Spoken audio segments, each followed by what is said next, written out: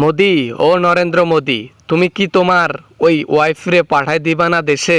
কতদিন রাখবা তোমার ওয়াইফকে ওই দিল্লির বুকে? এই মোদি, যতদিন আমি ক্ষমতায় আছি, যতদিন আমার মন চাইবে ততদিন আমি ওকে রাখবো, মানে আমার হাসিনাকে রাখবো। আমার প্রয়োজনে লাগতেছে।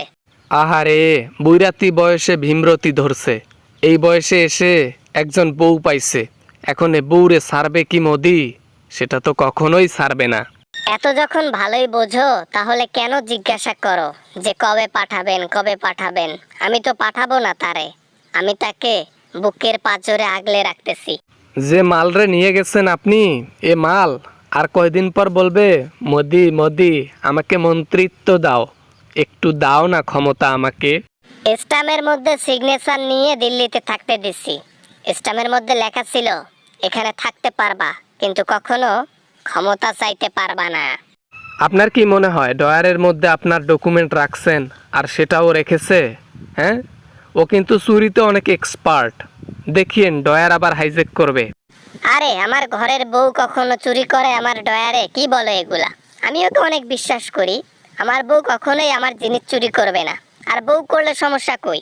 আহারে, কত ভালোবাসা, কত ঢং, কত মায়া! আহা হা হা হা, তোমাদের ভালোবাসা দেখে আমরা বাংলাদেশের পাবলিক একে মুগ্ধ মুগ্ধ। সামনে পুজোর মধ্যে ইলিশ মাছ না পাইয়া মাথা আমার নষ্ট।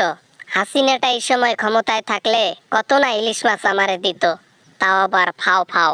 ফাওয়ের দিন শেষ, টাকার দিন শুরু। টাকা দেন, মাল নেন, টাকা নাই, মাল নাই।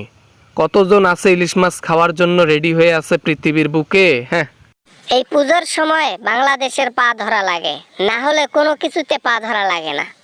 আল্লাহ দিছে এখন পদ্মা নদী, ইলিশ মাছ শেষ হয় না নদীতে। এটা হচ্ছে আল্লাহ তাআলার রহমত আমাদের জন্য, কিন্তু দুর্ভাগ্যবশত এটা সবাই খাইতে পারে বিশ্বের, কিন্তু বাংলাদেশের গরিব দুঃখীরাই খাইতে পায় না। থাক, ও খাইতে হবে না। ইলিশ মাছের যে দাম, তাতে ওই গরিব মানুষ তোমরা খাইতে পারবা না কোনোদিনও।